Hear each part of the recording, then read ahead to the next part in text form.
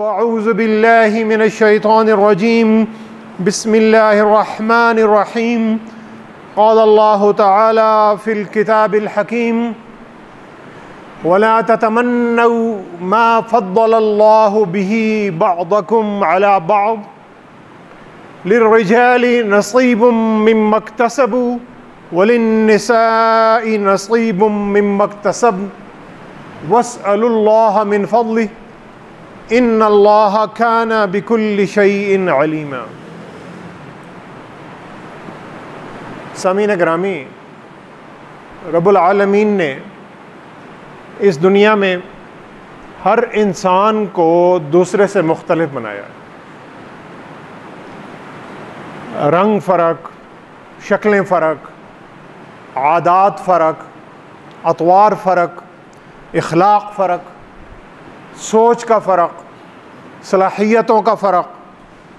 دماغی، جسمانی، نفسیاتی،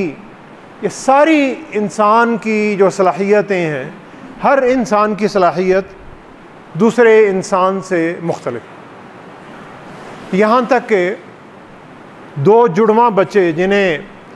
آئیڈینٹیکل ٹوئنز کہا جاتا ہے، یعنی جو بالکل ایک ہی شکل اور صورت کے بچے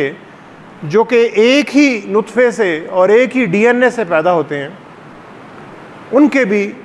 جو فنگر پرنٹس ہیں وہ بھی فرق ہوتے ہیں، اور عادات بھی فرق ہوتے ہیں، اخلاق بھی فرق ہو سکتا ہے، بیہیویئر اور ان کا جو رویہ ہے وہ بھی فرق ہوتا ہے۔ بلا قادرین علی ان نسوی بنانا، اور یہ صرف رب العالمین ہی اس چیز پر قادر ہیں کہ وہ تمہاری جو انگلیوں کے پور ہیں اسے بھی دوبارہ تخلیق کر دیں گے۔ یعنی 8 ارب لوگ جو اس دنیا میں رہتے ہیں، اور جتنے ہی کئی ارب سے زیادہ لوگ جو گزر گئے اور جو قیامت تک رہیں گے، ان سب کی بھی جو انگلیوں کے پور ہیں یہ بھی اللہ تعالیٰ اسے تخلیق کر سکتے ہیں، اور ہر انسان کی جو فنگر پرنٹ ہے وہ دوسرے انسان سے نہیں ملتا۔ یہ ہمیں بتا رہا ہے کہ ہر انسان دوسرے انسان سے مختلف ہے۔ اسی طرح پھر دنیاوی زندگی میں اللہ تعالیٰ نے دولت کی تقسیم بھی مختلف کی ہے، طاقت کی تقسیم بھی مختلف کی ہے، خوبصورتی، عزت، دولت، شہرت، یہ جو ساری تقسیمیں ہیں جن کو اللہ تعالیٰ اپنا فضل کہتے ہیں، یہ بھی مختلف کی۔ شیطان کہ جس کا کام ہے کہ وہ انسانوں کے درمیان نفرت، عداوت، بغض اور نفرت کو بڑھاتا چلا جاتا ہے، وہ ہم میں سے ہر انسان کے کان میں اور اس کے دماغ میں ایک سرگوشی کرتا ہے کہ تم میں تو ساری صلاحیتیں ہیں، تم تو سب سے اچھے ہو، لیکن پیچھے ہو دوسروں سے یہ جو دوڑ چل رہی ہے زندگی کی، اس میں تم پیچھے رہ گئے ہو، دوسروں کو سب کچھ مل گیا، تم محروم رہ گئے ہو، دوسروں نے تمہارے حقوق کسی طرح غصب کر لیے ہیں۔ تو اس طرح ان سوچ کے ذریعے ہمارے دماغوں میں ایک احساس محرومی ڈال رہا ہے، اور ہمیں مظلوم کا ایک مائنڈ سیٹ بناتا ہے جسے وکٹم مائنڈ سیٹ کہتے ہیں، کہ اور یہ وہ مائنڈ سیٹ ہے جو نفرتوں کو اور عداوتوں کو بڑھاتا ہے۔ اور یہ جب سارے احساسات اور جذبات کسی شخص میں آتے ہیں تو قدرتی طور پر اس شخص کی جو شخصیت ہے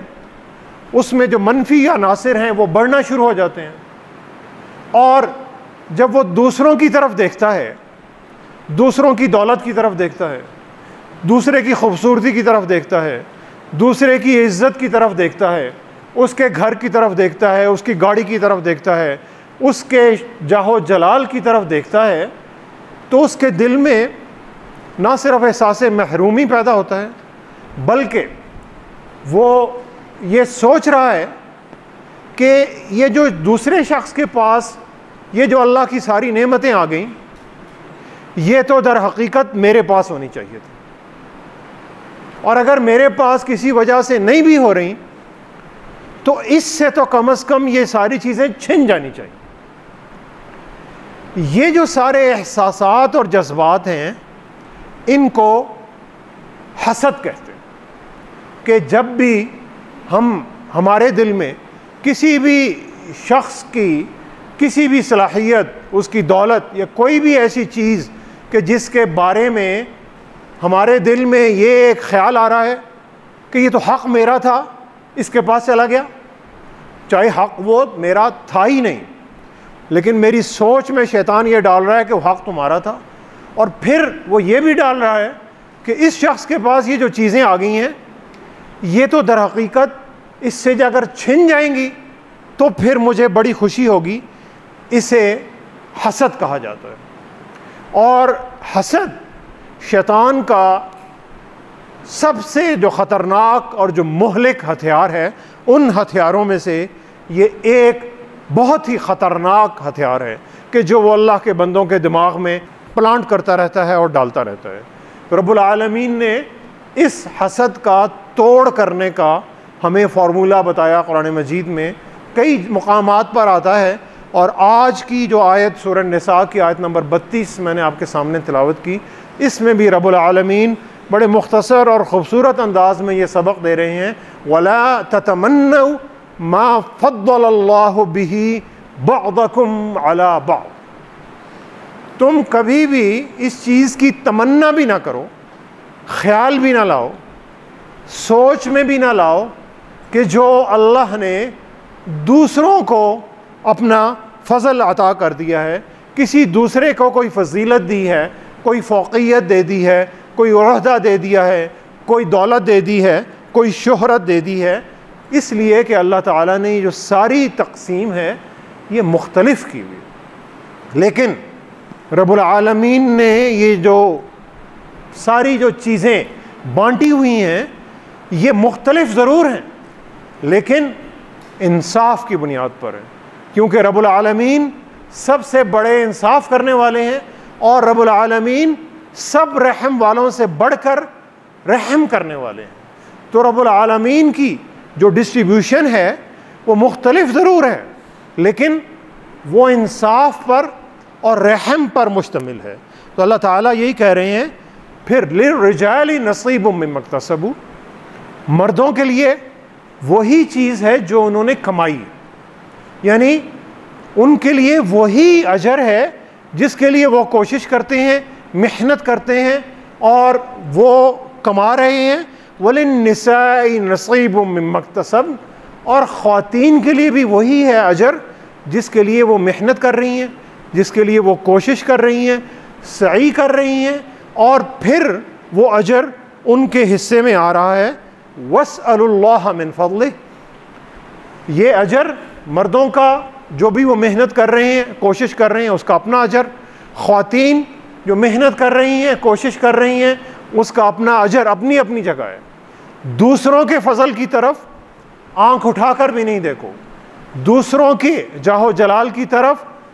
اپنے دماغ میں سوچ بھی نہ لاؤ کہ اللہ نے انہیں کیا فضل عطا کیا ہے اور تمہیں کیا عطا نہیں کیا۔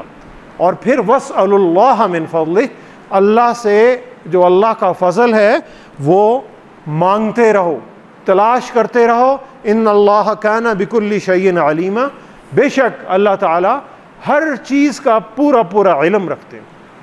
تمہیں یہ علم نہیں ہوگا لیکن رب العالمین کو یہ علم ضرور ہے کہ میں نے کس کو کیا تقسیم کرنی ہے اور کسے کیا چیز دینی ہے اور کسے کیا چیز نہیں دینی، کیونکہ یہ حکمت رب العالمین ہی جان سکتے ہیں کہ وہ کسی کو کوئی چیز دے کر آزماتے ہیں اور کسی سے کوئی چیز لے کر آزماتے ہیں۔ سامعین گرامی، دوسروں سے اپنا موازنہ کرتے رہنا اور پھر اس موازنے کو اس لیول تک لے جانا کہ اس کے پاس یہ چیز نہیں ہونی چاہیے اور میرے پاس ہونی چاہیے یا اس سے یہ چیز چلی جانی چاہیے، یہ حسد ہے۔ اور یہ حسد پیارے نبی صلی اللہ علیہ وسلم کے فرمان کے مطابق آگ ہے، آگ۔ اور ہم سب کو معلوم ہے کہ ابلیس اس آگ سے بنا ہے اور وہ اس آگ میں خود جل رہا ہے، قیامت تک جلتا رہے گا۔ اور اللہ کے بندوں کو بھی وہ اس آگ میں جلائے گا۔ اللہ کے بندوں کی وہ سوچ کو بدلتا ہے، ان کی تمناؤں کو بدلتا ہے۔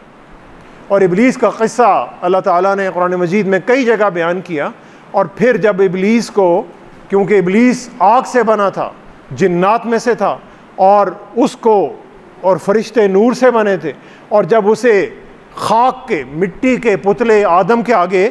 سجدہ کرنے کا حکم دیا جاتا ہے، تو وہ بڑا ایک منطق دے رہا ہے اللہ کو، اور ایک لاجک دے رہا ہے، اور وہ لاجک بڑا خوبصورت لاجک ہے جو شیطان نے دیا کہ قال انا خیر منہ خلقتنی من نار وخلقتہ من طین، کہ میرے رب میں انا خیر منہ، میں تو اس سے، یہ جو خاک کا ایک پتلا اس سے بہت بہتر ہوں۔ کیوں؟ کہ یہ مٹی سے بنایا گیا ہے،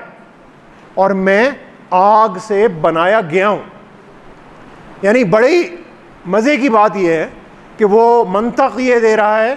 یہ نہیں ہے کہ میں خود آگ سے بناؤں یا اپنی کوئی صلاحیتیں یا اپنی کوئی طاقتیں استعمال کر کے میں نے کوئی خود اپنی آپ کی تخلیق کی ہے، وہ مان رہا ہے، لیکن وہ ساتھ یہ بھی کہہ رہا ہے کہ کیونکہ میں ایک سپیریئر، ایک اچھے مٹیریل سے بنا ہوں، بنایا کسی اور نے ہے، اسی معمار نے اور اسی آرکیٹیکٹ نے اور اسی ڈیزائنر نے بنایا ہے جس نے آدم کو بنایا، اور اسی نے آدم کی بھی تخلیق کی، لیکن کیونکہ میری تخلیق ایک اچھے مٹیریل سے ہوئی ہے تو میں اس سے بہتر ہوں۔ تو سامعین گرامی، اگر میں کسی پڑھے لکھے خاندان میں اگر پیدا ہو گیا ہوں تو اس میں میرا کوئی کمال نہیں، یہ سب رب العالمین کی رحمت ہے۔ اور اگر میں کسی مڈل کلاس گھرانے میں پیدا ہو گیا ہوں تو بھی اس میں میرا کوئی کمال نہیں، اور میں اگر کسی غریب گھرانے میں پیدا ہو جاتا تو بھی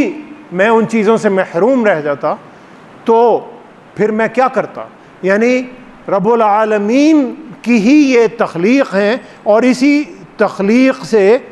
بنائے جا رہے ہیں جس میں تمہاری طاقت کا، تمہاری محنت کا اور تمہارے عمل کا کوئی کردار نہیں۔ تو سامعین گرامی،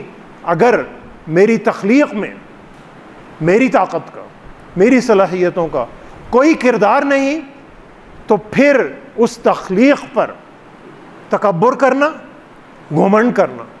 یا اس تخلیق پر احساس محرومی کا شکار ہو جانا کہ اللہ تعالیٰ نے مجھے ایک غریب گھرانے میں کیوں پیدا کیا اور کسی دوسرے کو ایک امیر گھرانے میں کیوں پیدا کیا، یہ ایک حسد کی آگ ہے۔ اور یہ آگ کمپیریزن سے شروع ہوتی ہے کہ جب ہم آپس میں ایک دوسرے کا ساتھ موازنہ کرنا شروع کر دیتے ہیں اور کمپیئر کرتے ہیں، اور یہی موازنہ ہمیں حسد کی آگ تک لے جاتا ہے۔ اور یہ حسد کی آگ کوئی معمولی آگ نہیں، ہم شاید یہ سمجھتے ہوں کہ یہ ایک کوئی چھوٹا سا ایک وقتی طور پر کوئی ایک چھوٹی سی ایک سوچ ہے جو کہ پھر ختم ہو جاتی ہے۔ یہ معمولی سوچ نہیں ہے، کیونکہ اس حسد کی آگ نے اس روئے زمین پر انسانیت کا سب سے بڑا اور سب سے پہلا جرم جو کروایا وہ اسی حسد کی آگ نے کرایا۔ حضرت آدم علیہ السلام کے دو بیٹوں کا قصہ، حابیل اور قابیل کا قصہ ہم نے پڑھا ہوا تھا۔ ان میں کوئی دشمنی نہیں تھی، کوئی جائیداد کی تقسیم کا بھی جھگڑا نہیں تھا، کوئی مال دولت یا کوئی ایسی کسی چیز کا کوئی جھگڑا نہیں تھا، صرف ایک حسد کی آگ تھی۔ حسد کی آگ یہ تھی کہ دونوں بھائی قربانی کرتے ہیں اور ایک بھائی کی قربانی قبول ہو جاتی ہے، حابیل کی قربانی قبول ہوتی ہے اور قابیل کی قربانی قبول نہیں ہوتی، تو قابیل حسد کی آگ میں آ کر اپنے سکے بھائی کو قتل کر دیتے ہیں۔ یعنی انسانیت کا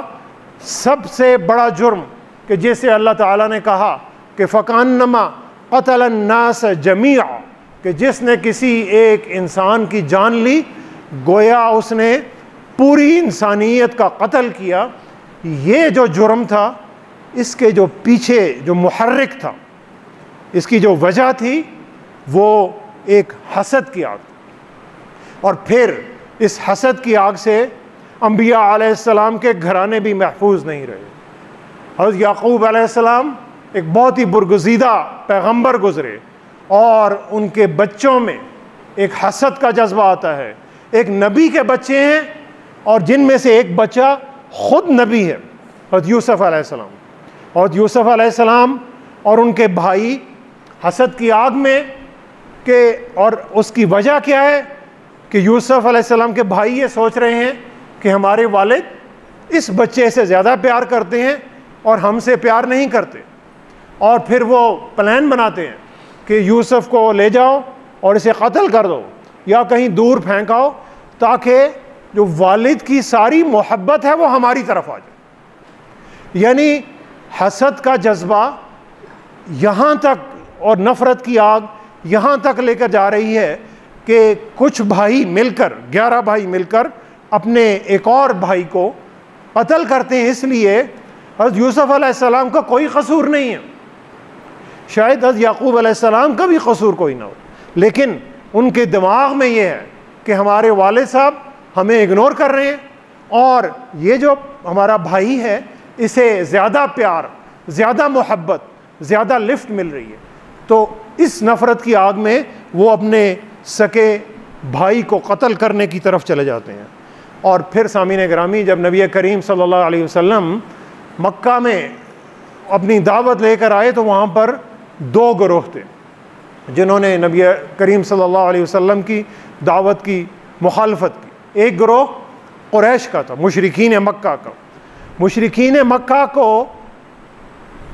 نفرت جو پیارے نبی صلی اللہ علیہ وسلم سے کرتے تھے اس کا بھی محرک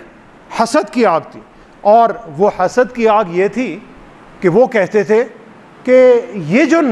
قرآن نازل ہوا ہے یہ جو 2 بستیاں ہیں ہماری، وَقَالُوا لَوْلَا نُزِّلَ هَذَا الْقُرْآنُ عَلَىٰ رَجُلٍ مِّنَ الْقَرْيَتَيْنِ عَظِيمٍ، یہ جو ہماری مکہ کی 2 بڑی بستیاں ہیں طائف اور مکہ، ان 2 بستیوں کے جو بڑے بڑے لوگ ہیں، بڑے بڑے خاندان ہیں، بڑے بڑے جاگیردار اور بڑے بڑے وہاں کے جو سیاسی امراء اور جو لیڈر تھے، ان کے گھروں میں کسی پر کیوں نہیں نازل کیا گیا؟ یہ ایک عام سے ایک یتیم نوجوان پر یہ قرآن مجید اللہ تعالیٰ نے کس طرح نازل کر دی؟ ان کو بھی پیارے نبی صلی اللہ علیہ وسلم کی نفرت کے پیچھے جو محرک تھا وہ بھی حسد کی آگ تھی. اور دوسرا جو گروہ تھا، جب پیارے نبی صلی اللہ علیہ وسلم مدینہ میں ہجرت کر کے جاتے ہیں تو وہاں پر قبائل یہود تھے، آباد تھے، یعنی بنی اسرائیل کے لوگ جو کتاب کو ماننے والے تھے. ان کی کتاب تورات ان کو بتا رہی تھی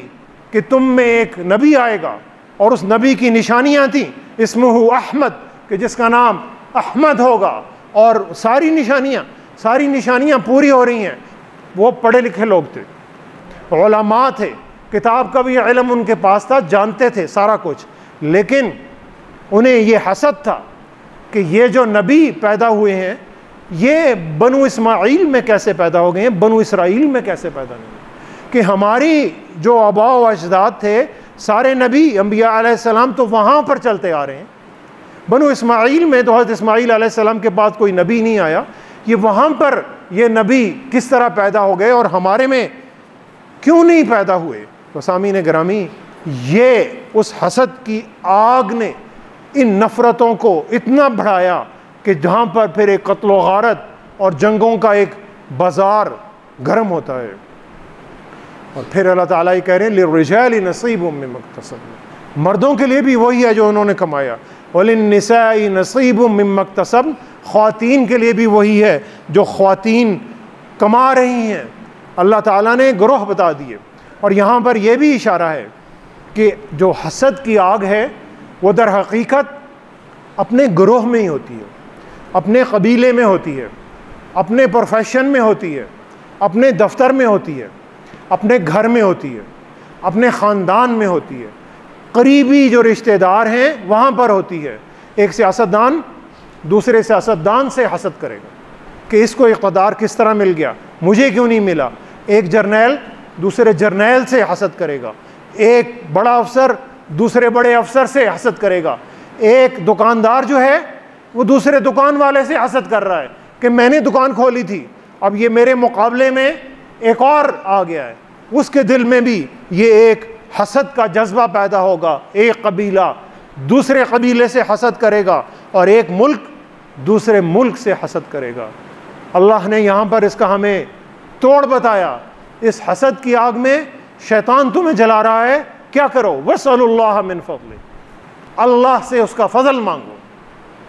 اللہ سے فضل مانگو، دوسروں کی طرف نہیں دیکھو، اپنا موازنہ دوسروں سے نہیں کرو، اپنا موازنہ کس سے کرو؟ اپنے آپ سے کرو کہ میرا گزرا ہوا کل کیسا تھا، میرا آج اس سے بہتر ہے یا نہیں ہے، اور میرا آنے والا کل میرے آج سے بہتر ہوگا یا نہیں ہوگا۔ اگر تو بہتر ہے تو پھر تو میں اللہ کے راستے پر چل رہا ہوں، میں اللہ کا فضل تلاش کر رہا ہوں، اور اگر دوسروں کی عزت، دوسروں کی دولت، دوسروں کی طاقت، دوسروں کی شہرت کی طرف دیکھنا ہے تو اس پر رشک کرو۔ رشک یہ ہے کہ انسپائر ہو اس سے، اور پھر اللہ سے دعا کرو کہ اللہ تعالیٰ مجھے بھی اسی طرح کی صلاحیت، اسی طرح کی طاقت، اسی طرح کی دولت، اسی طرح کی عزت عطا کر دیں، اسی طرح کا اخلاق عطا کر دیں، اسی طرح کا نیک کردار عطا کر دیں، اسی طرح کا ایمان عطا کر دیں۔ ایسا بننے کی کوشش کرنا سامعین گرامی، یہ جو کمپٹیشن ہے اور یہ جو سبقت لے جانا ہے، یہ بالکل قرآن کا راستہ ہے۔ فَلْيَتَنَافَسِ الْمُتَنَافِسُونَ، کہ وہ نیکیوں میں ایک دوسرے کو رغبت دلاتے ہیں اور آگے بڑھنے کی کوشش کرتے ہیں۔ وَسَارِعُوا إِلَىٰ مَغْفِرَةٍ مِّن رَبِّكُمْ، اللہ کی مغفرت کی طرف دوڑ کر چلو۔ وہاں پر مقابلہ ہے تو ایسے بھاگو کہ جیسے ریس میں بھاگ رہے ہو، لیکن اگر حسد کی آگ ہے تو اس سے دور رہو، اور اتنا دور رہو کہ اللہ نے اس کی پناہ مانگنے کا حکم دیا۔ وَمِن شَرِّ حَاسِدٍ إِذَا حَسَد، کہ تم اللہ کی پناہ میں آ جاؤ حسد کرنے والے کے شر سے جب وہ حسد کر رہا ہو، یعنی دوسرے کا حسد، میں اللہ کی پناہ میں آ رہا ہوں۔ اور اگر اپنے دل میں بھی حسد کا خیال اٹھ رہا ہے کسی بھی دوسرے کی کامیابی پر، اگر میرے دل میں شیطان ایک چھوٹی سی سوچ بھی ڈال رہا ہے کہ یار یہ تو ڈیزرو نہیں کرتا تھا، اس کو کیسے مل گیا، یہ سوچ حسد کی سوچ ہے۔ وَمِن شَرِّ حَاسِدٍ إِذَا حَسَد، فوراً اس سوچ سے اللہ کی پناہ میں آنا ہے۔ نبی رحمت صلی اللہ علیہ وسلم نے فرمایا کہ حسد بندہ مومن کے نیک اعمال کو اس طرح جلاتا ہے کہ جس طرح آگ خشک لکڑی کو جلاتی ہے۔ اور پیارے نبی صلی اللہ علیہ وسلم نے فرمایا کہ ایمان اور حسد ایک دل میں اکٹھے نہیں رہ سکتے، ایمان اور حسد ایک دل میں اکٹھے نہیں رہ سکتے۔ حسد بندہ مومن کو محرومی، احساس محرومی دے رہا ہے۔ قلب سلیم اور نفس مطمئنہ بندہ مومن کو اللہ کے قریب کر رہا ہے، اللہ کی نعمتوں کی یاد دلا رہا ہے، اللہ کا ایک شکر گزار بندہ بنا رہا ہے۔ وَاسْأَلُوا اللَّهَ مِن فَضْلِهِ، اور وہ یہ سبق دے رہا ہے کہ تم اللہ تعالیٰ سے اس کا فضل مانگتے رہو، دوسروں کی جاہ و جلال کی طرف نگاہ اٹھا کر بھی نہ دیکھو، اپنی طرف نگاہ ڈالو، اللہ کا فضل تلاش کرو۔ اللہ تعالیٰ اپنی رحمت سے تمہیں وہ فضل بھی ضرور اللہ تعالیٰ عطا فرمائے۔ تو کسی شاعر نے کہا تھا کہ اور اللہ کے حضور دعا کی تھی کہ بغض و حسد کی آگ سے باہر نکال دے، بغض و حسد کی آگ سے باہر نکال دے، مجھ کو شعور و فکر کے رستے پر ڈال دے، تیرے علاوہ یہ ہاتھ پھیلے نہیں کہیں، تیرے علاوہ یہ ہاتھ پھیلے نہیں کہیں، اپنی جناب سے مجھے رزق حلال دے۔ سامعین گرامی، دعا کریں کہ اللہ تعالیٰ ہمارے دلوں سے حسد اور بغض کو ہمیں دور کرنے کی توفیق عطا فرمائے۔